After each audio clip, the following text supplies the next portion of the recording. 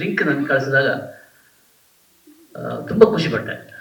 ಅದಕ್ಕೆ ಒಂದೇ ಒಂದು ಲೈನ್ನ ಕಾಮೆಂಟ್ ಮಾಡಿದೆ, ಶ್ರಮ, ಶ್ರದ್ಧೆ ಮತ್ತು ಪ್ರಯತ್ನ ಇದರ ಫಲ ಈ ಟ್ರೈಲರ್ ಅಂತೇಳಿ.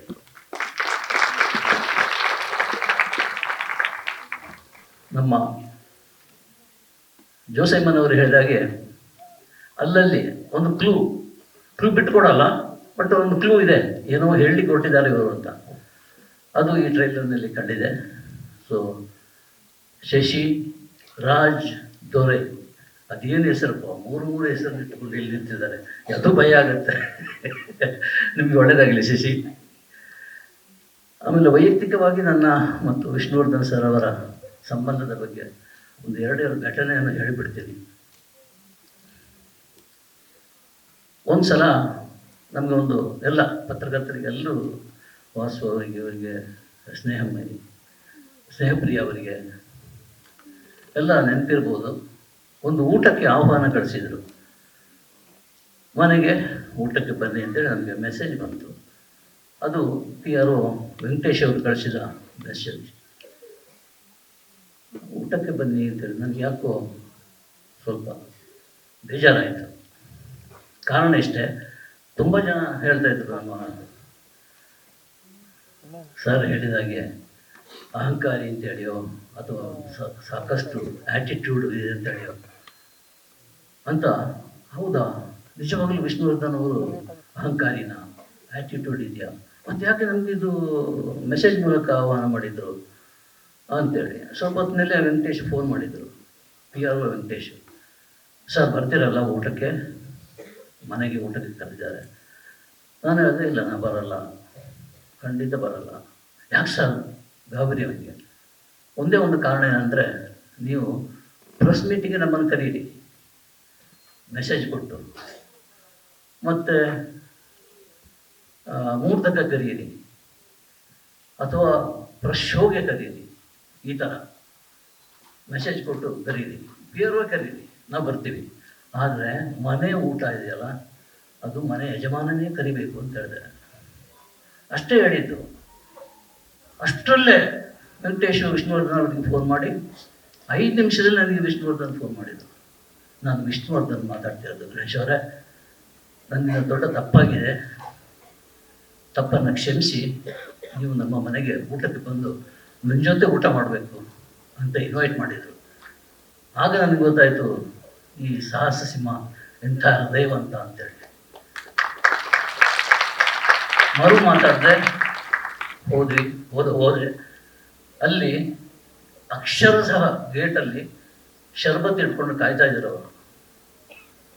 ನನ್ನ ಕೈಗೆ ಕೊಟ್ಟು ಶರ್ಬತ್ ಕೊಡಿಸಿ ಹೋಗಿ ಎಲ್ಲರ ಜೊತೆ, ವಾಸವರಿಗೆ ಗೊತ್ತಿರ್ತದೆ, ನೆನಪಿರ್ತದೆ, ಅವರೆಲ್ಲ ಹಾಗೆ ಜೊತೆಗೆ ಊಟ ಮಾಡಿಸಿ ಅವರೇ ಬಡಿಸಿದ್ದು ಕೂಡ, ಯಾವುದು ನಿಮಗೆ ಬೇಕು, ಯಾವುದು ಇಷ್ಟ ಆಯಿತು ಅಂತೇಳಿ.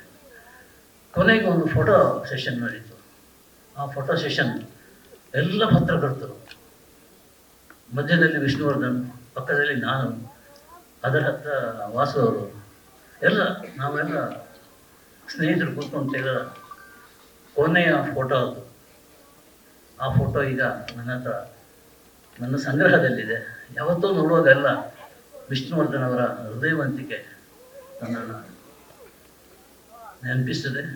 ಅಂಥ ಒಬ್ಬ ಮಹಾನ್ ವ್ಯಕ್ತಿಗೆ, ಅಂಥ ಒಬ್ಬ ಮಹಾನ್ ಕಲಾವಿದ, ನಟ ಅಂತೇಳಿ, ಬರೀ ನಟ ಅಲ್ಲ ಅಂತ ಬಾಬು ಅವರಿಗೆ ಗೊತ್ತಿರ್ತದೆ. ಅವರು ಕಲಾವಿದ, ಎಲ್ಲ ಅರ್ಥದಲ್ಲೂ ಕಲಾವಿದ. ಇನ್ನೊಂದು ಘಟನೆ ಏನಂದರೆ, ಒಂದು ದಿವಸ ರವಿ ಬೆಳಗೆರೆ ಫೋನ್ ಮಾಡಿದೆ ನನಗೆ, ಗಣೇಶನ ಒಂದ್ಸಲ ವಿಷ್ಣುವರ್ಧನ್ ಅವರು ನೋಡಬೇಕಲ್ಲ ಅಂತೇಳಿ. ನನಗೆ ಅನ್ನಿಸ್ತು, ಈ ರವಿ ಬೆಳಗೆರೆ ಯಾವುದೋ ಎತ್ತರಕ್ಕೆ ಹೋಗ್ಬಿಟ್ಟಿದ್ದಾರೆ. ನಾನು ಯಾವುದೋ ಒಂದು ಹಂತದಲ್ಲಿ ಹೆಲ್ಪ್ ಮಾಡಿರ್ಬೋದು ಏನೋ, ಅದು ಬೇರೆ ಪ್ರಶ್ನೆ. ಬಟ್ ಆತ ಹೇಳಿದ ಎತ್ತರ, ಒಂದು ಫೋನ್ ಕಾಲ್ ಮಾಡಿದರೆ ವಿಷ್ಣುವರ್ಧನ್ ಬನ್ನಿ ಅಂತೇಳಿ ಹೇಳೋದು. ನಾನು ಯಾಕೆ ಅಂತ ಕೇಳಿದೆ. ಇಲ್ಲ ಗಣೇಶ್, ನೀವೇ ನಾನು ಕರ್ಕೊಂಡು ಹೋಗ್ಬೇಕು. ರವಿ ಬೆಳಗೆರೆ ನಮ್ಮ ಮನೆಗೆ ಬಂದರು. ಅವರ ಕಾರ್ನಲ್ಲೇ ನಾವು ವಿಷ್ಣುವರ್ಧನ್ ಮನೆಗೆ ಹೋದ್ವಿ. ಯಥಾ ಪ್ರಕಾರ ಮೊದಲೇ ಫೋನ್ ಮಾಡಿದ್ವಿ, ರೆಡಿಯಾಗಿದ್ದರು ವಿಷ್ಣುವರ್ಧನ್ ಅವರು. ಅದೇ ಸಾಯಿಬಾಬಾ ನೋಡ್ಲಂಗಾಯಿತು, ಇದೆಲ್ಲ ಕಟ್ಕೊಂಡು ರೆಡಿಯಾಗಿದ್ದರು. ಆಗ ಹಳೆ ಮನೆ, ಅಲ್ಲಿ ಒಂದು ಗಾರ್ಡನ್ ಥರ ಇದೆ, ಸೀಟ್ ಇದೆ, ಅಲ್ಲಿ ಕೂರಿಸ್ವಿ. ಅಲ್ಲಿ 3 ಗಂಟೆ ಮಾತಾಡಿದೆ. ನಾನು ಕೇಳ್ತಾ ಇದ್ದೆ ರವಿ ಬೆಳಗೆರೆಗೆ ವಿಷ್ಣುವರ್ಧನ್ ಜೊತೆ ಅದು ಏನು 3 ಗಂಟೆ ಮಾತಾಡಿದರು, ಅದ್ಭುತ, ತುಂಬ ಚೆನ್ನಾಗಿ ಮಾತಾಡಿದ್ರು. ಕೊನೆಗೆ ಒಂದು ಮಾತನ್ನು ಪ್ರಸ್ತಾಪ ಮಾಡಿದ್ದೇನೆ ಅಂದರೆ,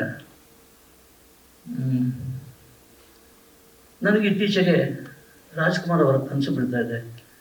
ರಾಜ್ಕುಮಾರ್ ಅವರು ರಾತ್ರಿ ಅಂತಲ್ಲ, ಹಗಲು ಕೂಡ ಅಷ್ಟೇ, ನಾನೇನೋ ರೆಸ್ಟ್ ತಗೊಳ್ಳಿಕ್ಕೆ ರೂಮಲ್ಲಿ ಮಲ್ಕೊಂಡಿರುವಾಗ ರಾಜ್ಕುಮಾರ್ ಅವರ ಹತ್ರ ಬಂದು ನನ್ನನ್ನು ಎಬ್ಬಿಸಿ ಬೆನ್ನು ತಟ್ಟಿ ಕೇಳ್ತಾರೆ, ಹೇಗಿದೆ ಚಿತ್ರರಂಗ, ನನ್ನ ಚಿತ್ರರಂಗ, ಮುಂದೆ ನೀನು ಇದನ್ನು ನಡೆಸ್ಕೊಂಡು ಹೋಗಬೇಕು ಅಂತೆಲ್ಲ ಹೇಳ್ತಾ ಇದ್ದಾರೆ ಅಂಥೇಳಿ ವಿಷ್ಣುವರ್ಧನ್ ಹೇಳಿದರು.